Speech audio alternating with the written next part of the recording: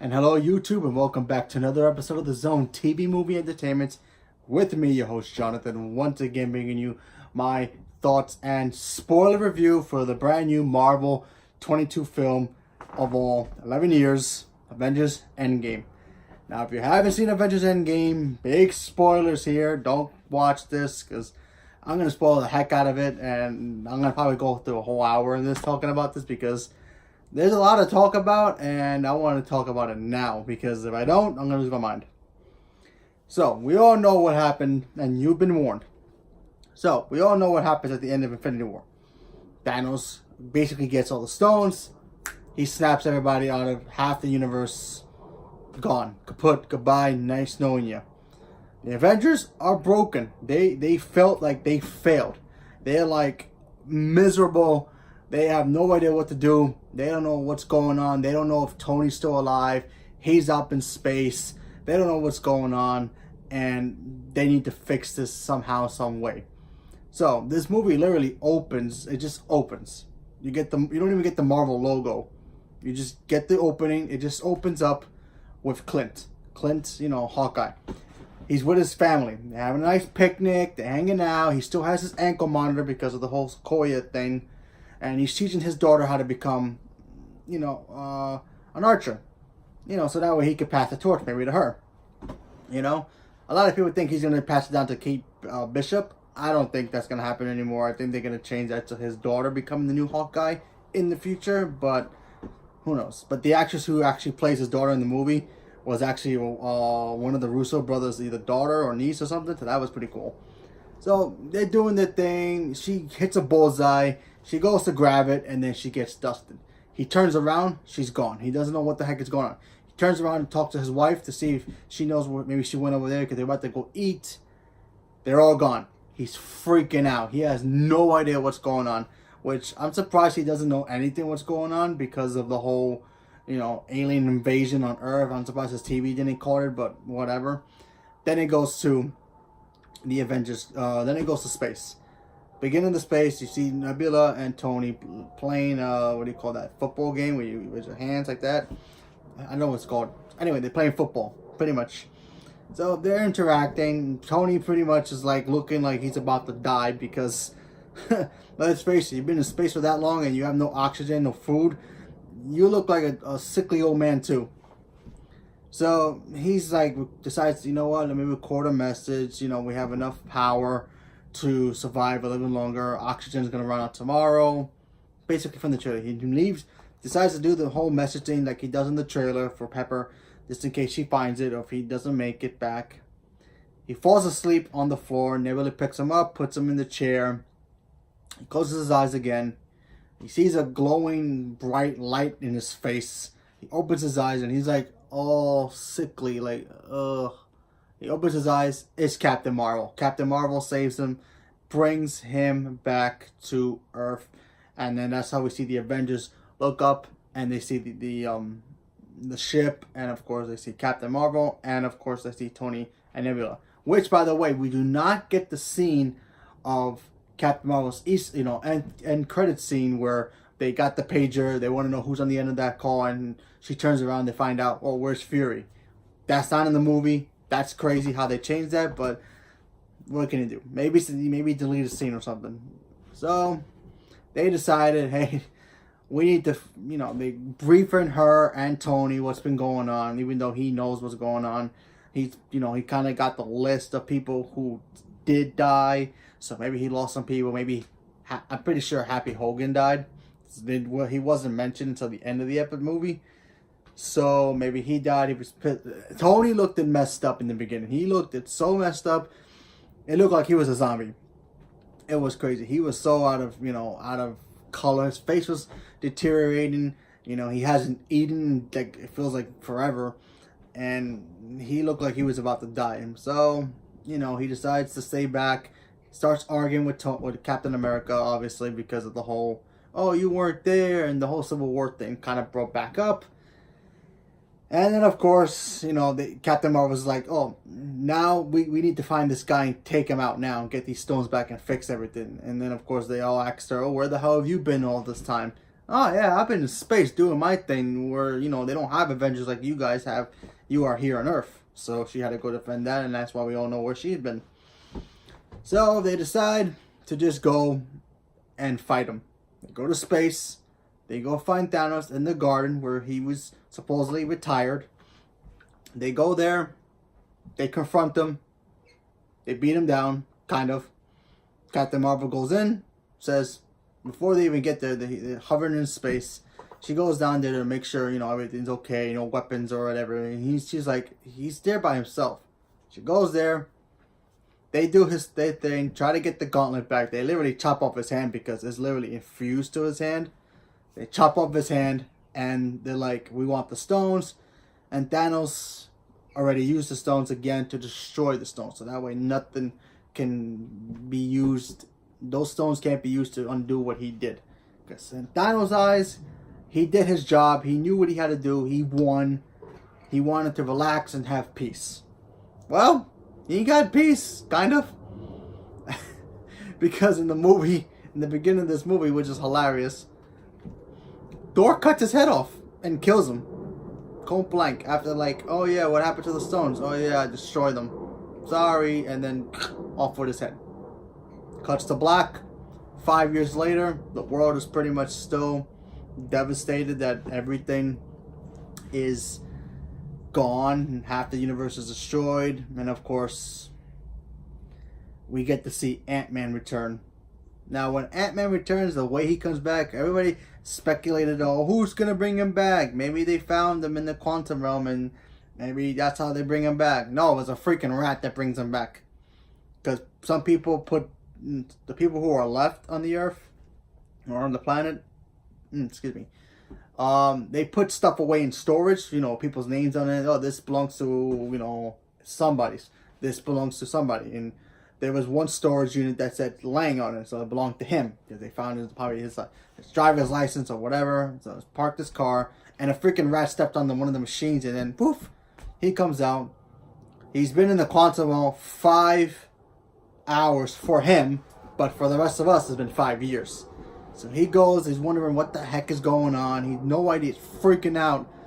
He sees like a memorial where about a memorial where it's like a marble, like metal thing, where people's names are engraved. Like, you've ever been to September 11th, the Ground Zero stuff, and they have people's names engraved who died?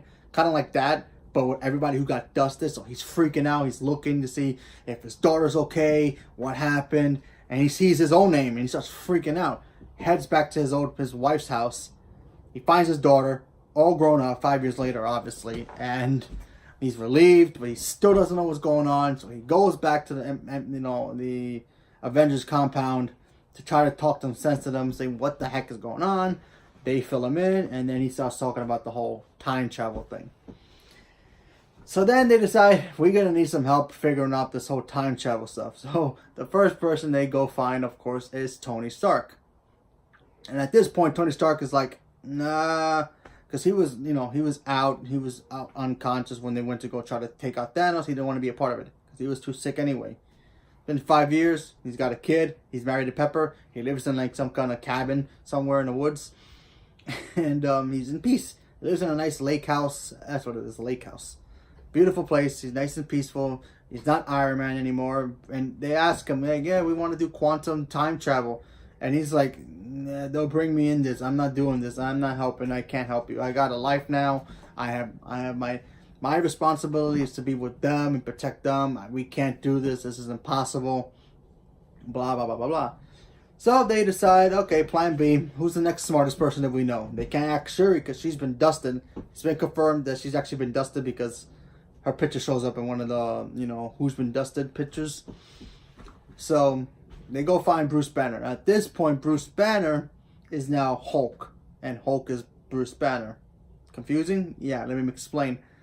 So the body is the Hulk. The mind is both of them. So they both together, they share it together, but mostly Bruce Banner is mostly in control of it. And, he's all hulked out. He can wear t-shirts now and pants and not have to worry about being super strong and ripping them all apart. He's in Hulk form, but he's at peace and he's calm. So he finally figured out how to combine the two to make it one. So that was pretty cool. You know, I liked that stuff. And then, of course, we get to the points where Tony Stark, you know him, you know how he likes challenges and puzzles.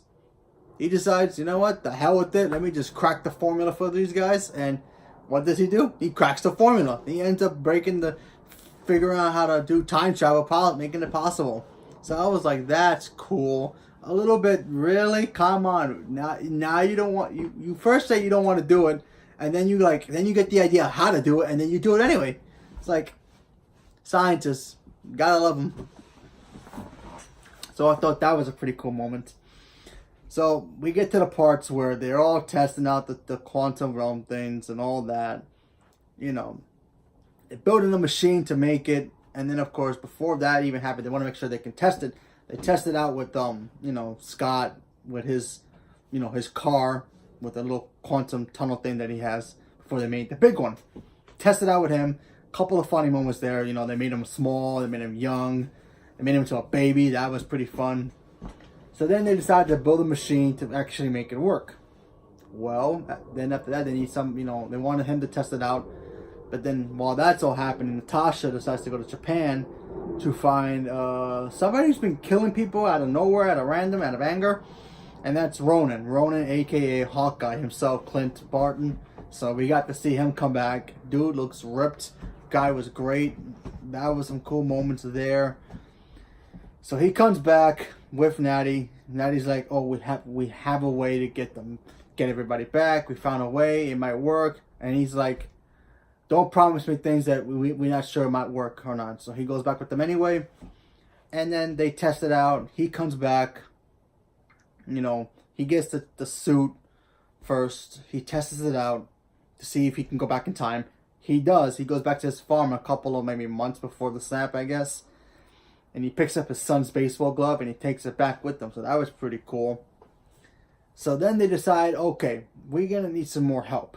So then they go find Thor.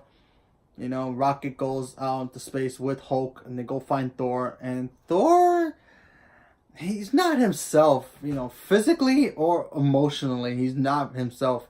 He's literally more heavier. He's got a beard. He's drunk a lot. He does not give a damn anymore. Because after he killed Thanos, he just like, I'm done. Like, I don't know what I did. I reacted too quickly. He blames himself for what happens after what he did. He could have had a better solution to get rid of him. But he decided out of anger to just cut his head off. And now he's a drunken fool. And he's overweight. He doesn't look like he's not, you know, doesn't care about anything anymore. Excuse me.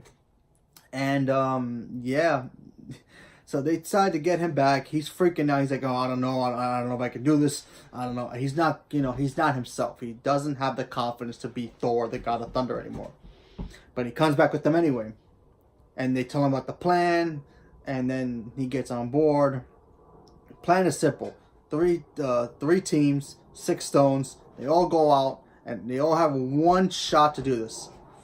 Now they can go back to the past and, you know, but not change anything. But all they're doing is taking the stones out of those timelines and bringing them to their universe, their timeline, and fixing that timeline. So that way nothing happens to the past. Let me repeat myself. So you go back in time. Let's say, you know, you go back tomorrow. Let's say, oh, I go back tomorrow and I get a burger from McDonald's. Right? But I bring that burger from McDonald's here, even though I was going to get Burger King. Doesn't change the fact I still have that burger here. It just affects a little bit here. But if I put that burger back and, you know, I still get it in the past, it'll still continue to flow straight through. So their mission is basically to go back in time to the periods of when all the stones were there, active, powerful, all that stuff. Because remember, Thanos erased everything. He got rid of all the stones. They don't exist in their timeline anymore. So they had to go back to get the time stones, the stones, all the stones from the past, bring it to their present, so that way they can fix what they've done for their present. And then put the stones back where they belong. So they decided to do that. 3 teams, 6 stones. You have Cap, Hulk, and Ant-Man, they go to New York to get the Time Stone, the Mind Stone, and the Space Stone. Simple. Now, in Guardians of the Galaxy 2014, they go to the planet where Peter Quill gets the Power Stone, but also they also take Natasha, Clint, Nebula, and Rhodey, and to go get those stones. They get those 2 stones. Well, Nebula gets the Power Stone with Rhodey. Black Widow and Clint go get the Soul Stone from Vormir. It's hard to remember those names. Anyway, so they get that, while Thor and Groot go to Asgard to get the Reality Stone. Okay, so they found a way to get the Time Stone with the Time Stone is in New York with the Mind Stone, Power Stone, the Mind Stone, and the Space Stone. Sorry, it's a lot of stones. Anyway. So they all do their thing. We got to see some cool moments there. So like in the Battle of New York, we got to see Hulk, Professor Hulk as he called in the comics, Bruce Banner Hulk, pretend to be like angry Hulk, like all smashy. So that was pretty cool. We got to see the Hydra agents when they were pretending to be S.H.I.E.L.D., but everybody knew from the past already, from the present already knew that they were already Hydra agents. And so they had to play it cool. There was a moment in the movie where Ant-Man's like, those guys look like bad guys. How do you not know they're not bad guys? And then Iron Man's like, oh, we didn't know they were bad guys yet. So that was pretty cool. We got to see the Ancient One talk to Bruce Banner about, I would love to give you the Time Stone. Unfortunately, if I give it to you, it's going to mess up our timeline. That Bruce Banner's convincing her, like, hey, listen, we need this stone. Doctor Strange told us about the stone, and he's the one who gave it up, and we weren't sure. And then she's like, whoa, why she gave him the stone? Which also means that's probably why she didn't trust him in the Doctor Strange movie so quickly and teach him all the things that she knew so quickly. It comes back around, huh? So we got to see that. We got to see a little callback to the elevator scene from Winter Soldier, and we got to hear Captain America say Hail Hydra. That was cool. We even got to see him fight himself. We even see Loki. He takes the Tesseract and disappears, like completely. He's handcuffed. He's got the muzzle thing on. And they're trying to get the Tesseract away from the Hydra agents. And of course, we got to see the actor from Winter Soldier who plays the big boss, who tried to kill Nick Fury. That guy, Robert Redford. Why did I blank on that? Anyway, got to see him. He comes out. He takes the stone, and then Ant-Man had to pull one of his plugs from Iron Man's chest to make him have a heart attack, and then Loki gets the Space Stone and then disappears. So that was pretty cool. We got to see that, and of course, the Reality Stone. We all know it. It was in it. I was hoping we were gonna see it, but we didn't get to see how they take it out. But we get to see my favorite part of the whole movie, my favorite cameo of all. And there's a lot of cameos in here. Natalie Portman shows up in this movie, and I was like, yes, she's in the movie.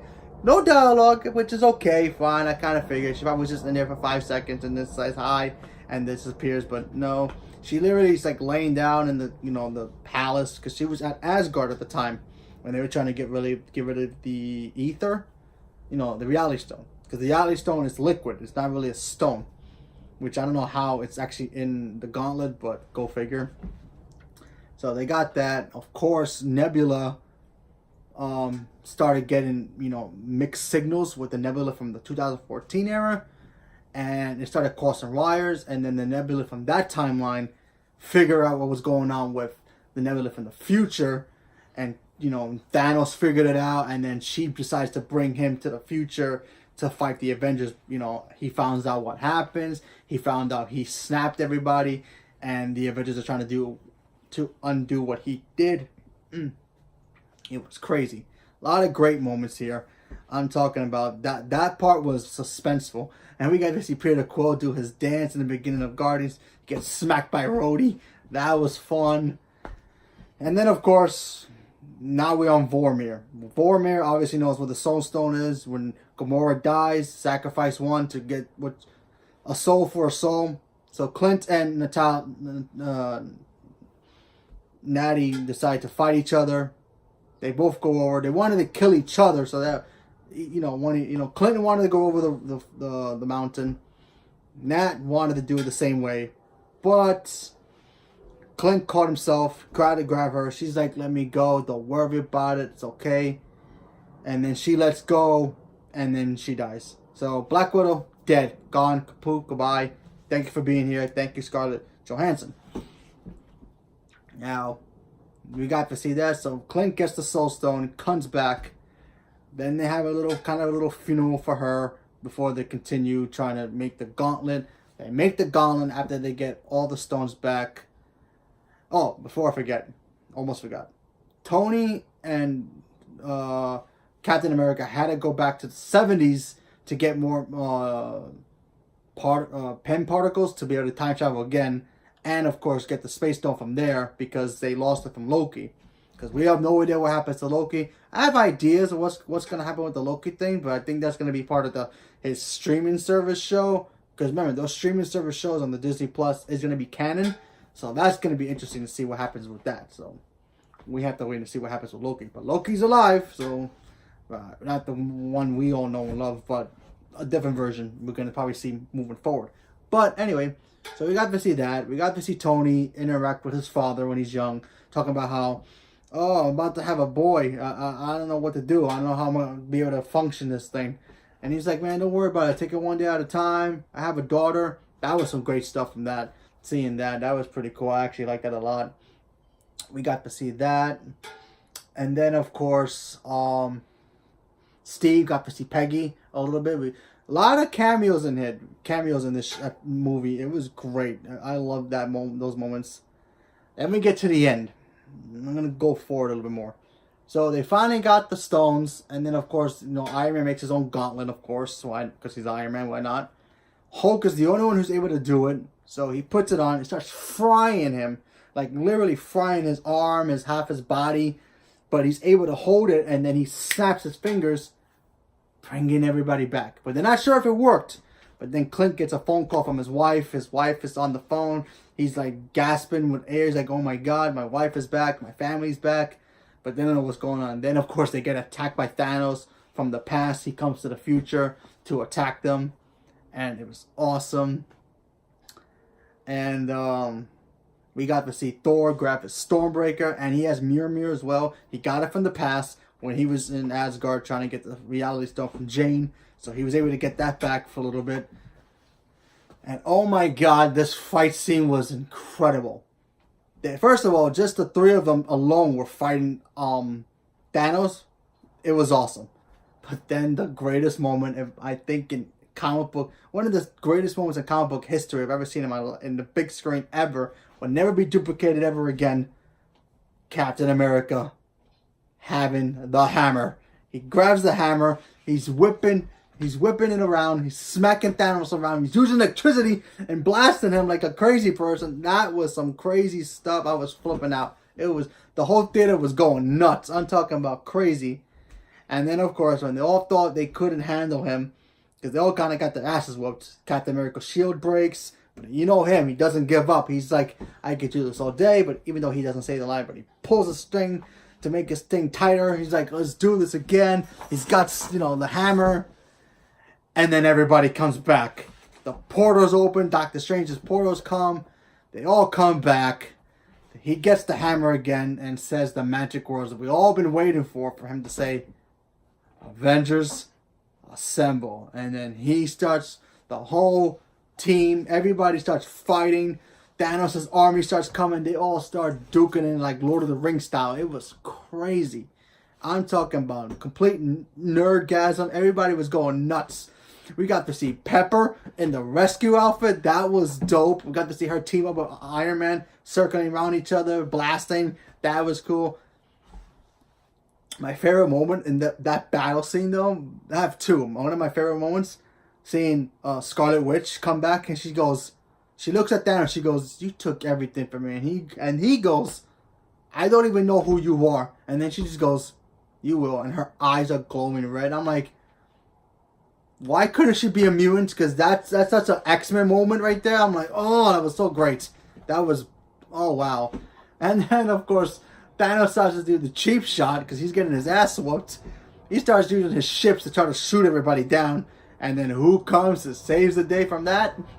Captain Marvel comes out of nowhere. By the way, Brie Larson's haircut in this movie, perfect. I loved it. She had the new 52 style haircut. It was great. New 52 meaning, you know, their new standard comic book stuff. It was great. I just say 52 because it's more easy for me to remember. So anyway, we got to see that. Freaking Spider-Man was back. We got to see Black Panther mention Clint, remembering his name, which that was cool because remember in Civil War he goes, "Oh, my name is Clint. I don't care." And it's like, that's so cool. Great callback. That was cool. We got to see Valkyrie and the Asgardians duke it out. Sorcerer Supremes. That was some fun stuff. Captain Marvel like almost beat Thanos by herself, and then he had to take the cheap shot, take out the Power Stone from the gauntlet, and blast her out of his way. But before that, he like tried to headbutt her. It didn't even work. Didn't even flinch her, and it was crazy. And then, of course, the ending.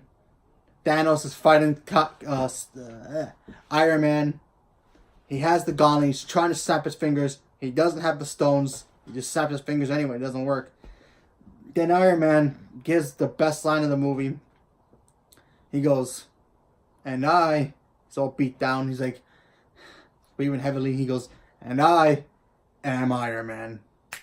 Snaps his fingers, and then Thanos' entire army, dust, gone. And then Thanos dusts away. Basically, Iron Man and his team murdered him. Yep, they're like, the hell with the, you want to kill our universe? Fine, we're going to just kill you. We don't like you. Gone, goodbye. We ain't seen Thanos ever again, you know, currently.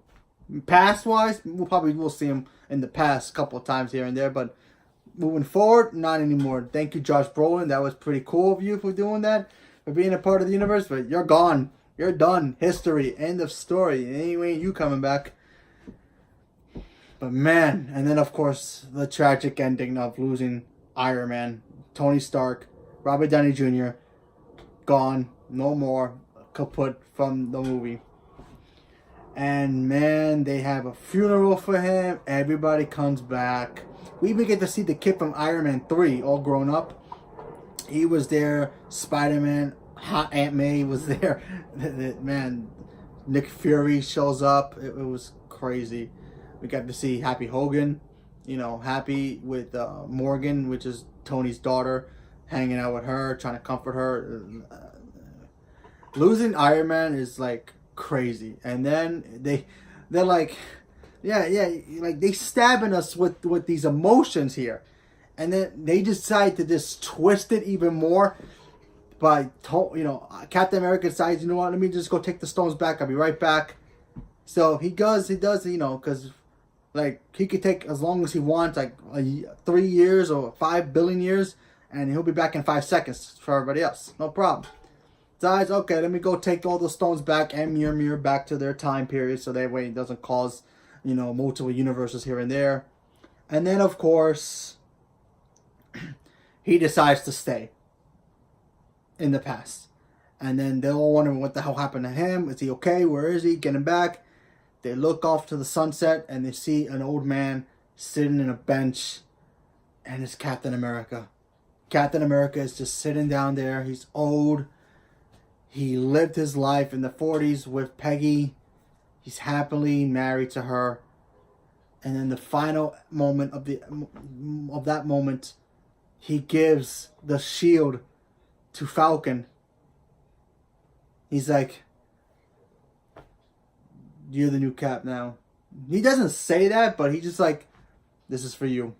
And he goes, "This doesn't feel me, man." It's like, "I don't know if I can do this." And he just goes, "You know you can." And it just passes down the torch. It's like, "Oh, come on, are you kidding me? Just stab us more, why don't you?" And then the very end of this movie, it's just to see Steve dancing with Peggy in their house, married, happily. He got his happy ending. He finally got to dance with her. It's like, Look, I love this movie. I think this movie is great. There are moments I don't like in this movie, like the whole, okay, if you're going to tell us, like, here's my complaints about it.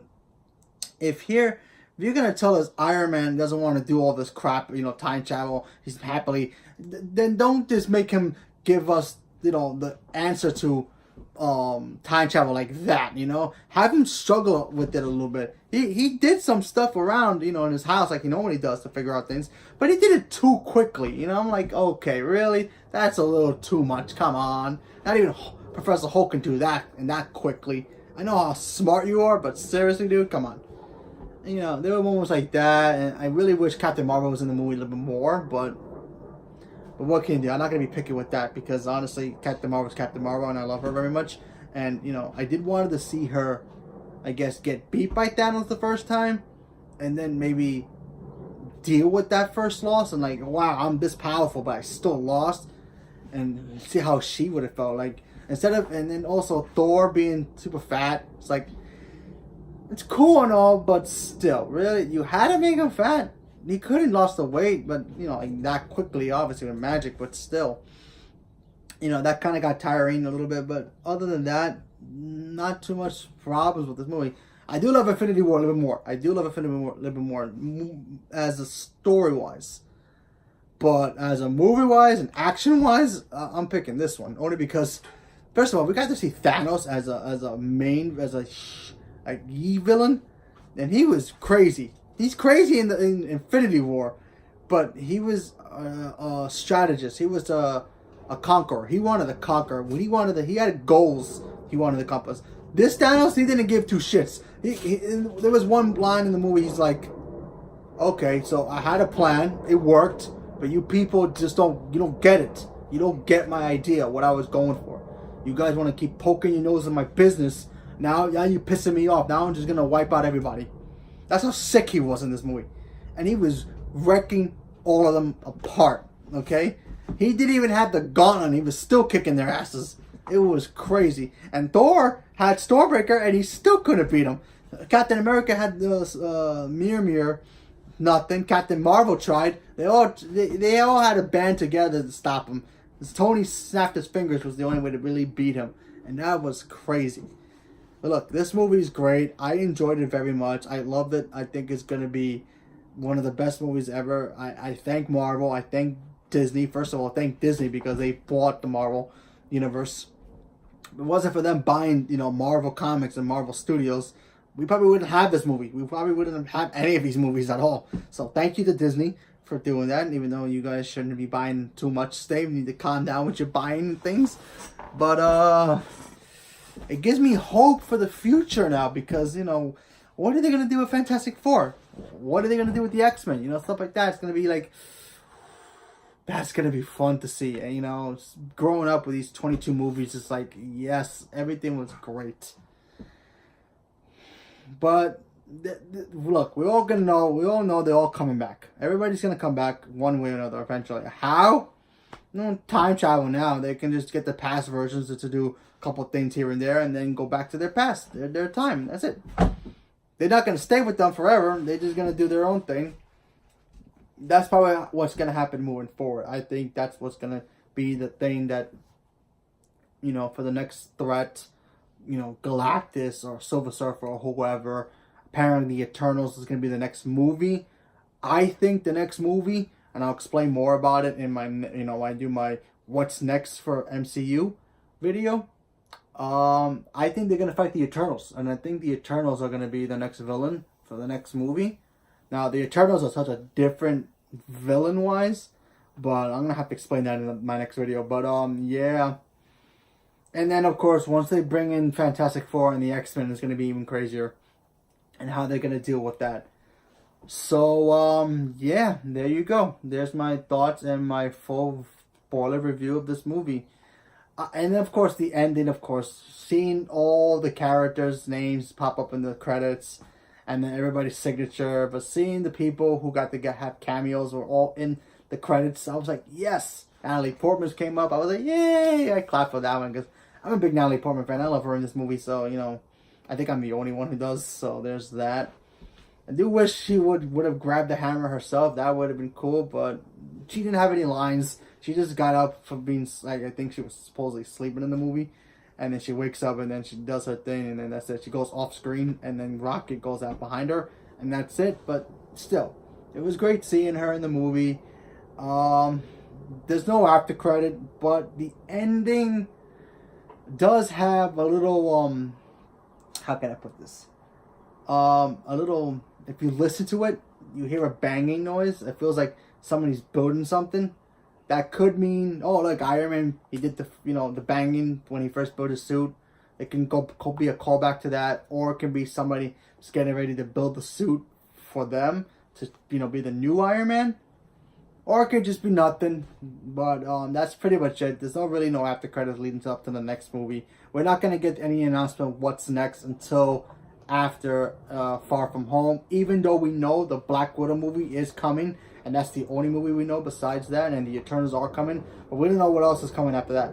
We don't know if we're going to get Avengers 5 until like 2025, 2029 or whatever, but we're just going to have to wait. So, leave a comment below, let me know what you guys thought about it. What's your favorite part of this movie? And, yeah, let me know what you guys thought about this movie overall, and let me know. Thank you very much, and have a good day.